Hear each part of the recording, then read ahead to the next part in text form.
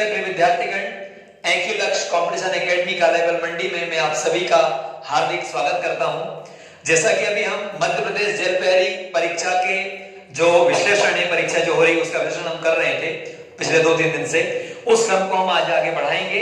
लेकिन इससे पहले मैंने सोचा कि क्यों ना हम जो कुछ करंट अफेयर से संबंधित प्रश्न है आपके, वो भी आपसे डिस्कस कर लिए जाए, और वो घटनाएं जो ज्यादा महत्वपूर्ण है, जहां से प्रश्न आपका बनने की संभावना अधिक होती है।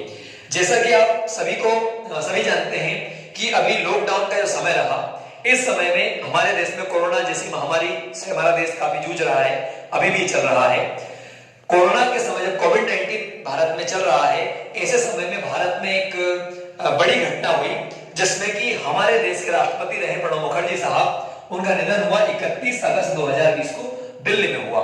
तो ये प्रश्न आपका एग्जाम से पूछा जा सकता है कि प्रणब मुखर्जी साहब जो भारत के राष्ट्रपति है, वो कौन से नंबर के राष्ट्रपति रहे? तो ये भारत के 13वें राष्ट्रपति थे।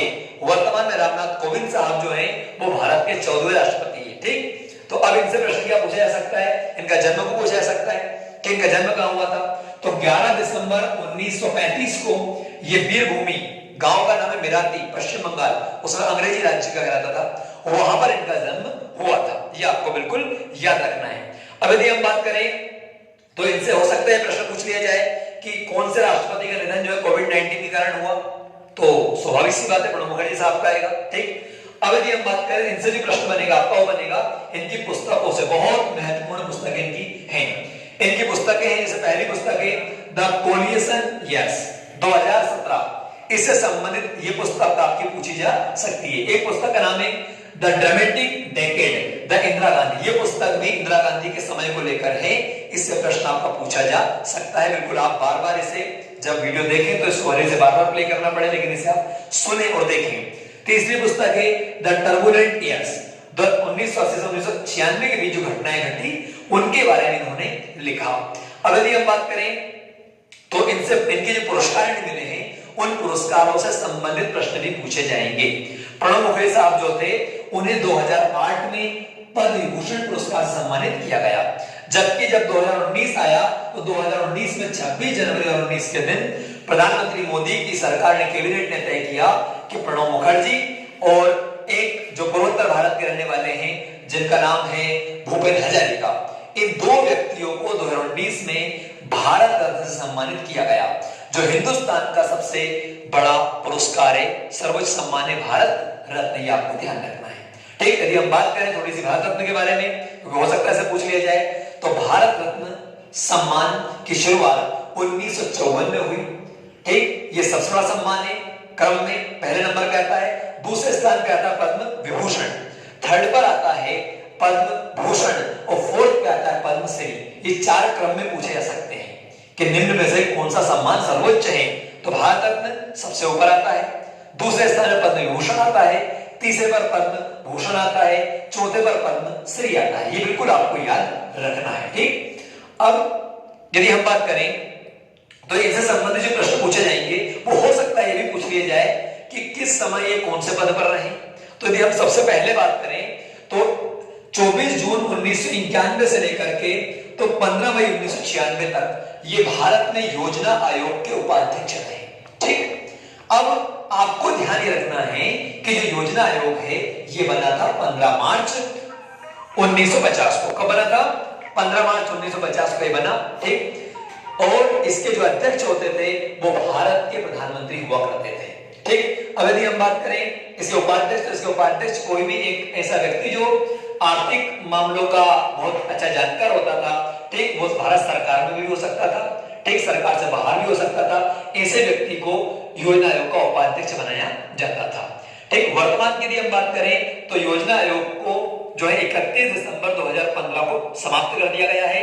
1 जनवरी 2015 से, समझ आता हूं, 31 दिसंबर 2014 को ये आखिरी था, मतलब इसका अंत कर दिया गया, और 1 जनवरी 2015 से प्रधानमंत्री मोदी जी की सरकार ने इसका नाम बदलकर नीति आयोग कर दिया गया। ठीक, पहले ये योजना आयोग था, अब क्या है? नीति आयोग है। ठीक, ये आपको ध्यान रखना है।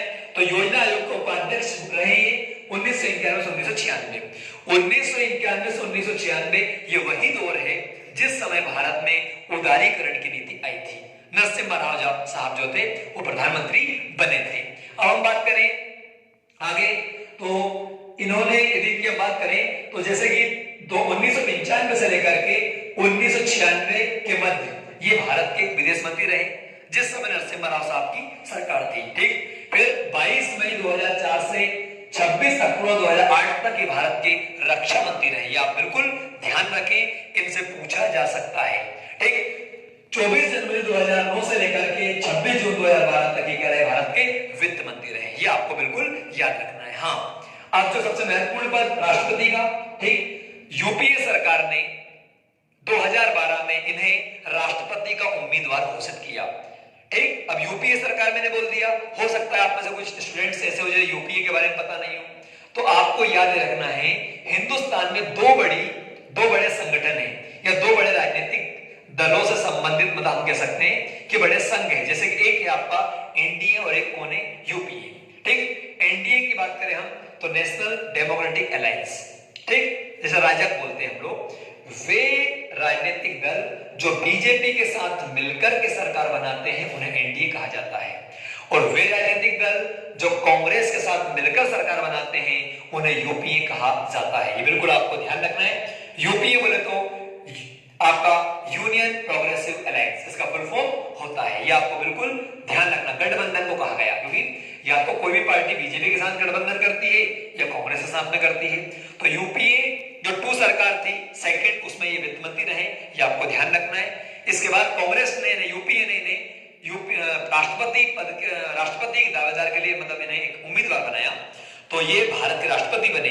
अब ये राष्ट्रपति रहे 25 जुलाई 2012 से लेकर के 25 जुलाई 2017 तक का रहे, भारत के राष्ट्रपति रहे। इनके बाद नए राष्ट्रपति कौन बने, रामनाथ कोविंद साहब 14वें नंबर के राष्ट्रपति बने। ये आपको ध्यान रखना है। ठीक, तो प्रणब मुखर्जी साहब से संबंधित ये प्रश्न आपके एग्जाम में पूछे जा सकते हैं, आपको बिल्कुल याद रखना है। ठीक, और भी जितनी इससे अधिक जानकारी निकल सके आप लोग करें, क्योंकि अभी जेल पहरी में आपको एक क्वेश्चन 100% देखने को मिलेगा। ठीक, इससे प्रश्न मिलना ही है। अब यदि हम बात करें अगले न्यूज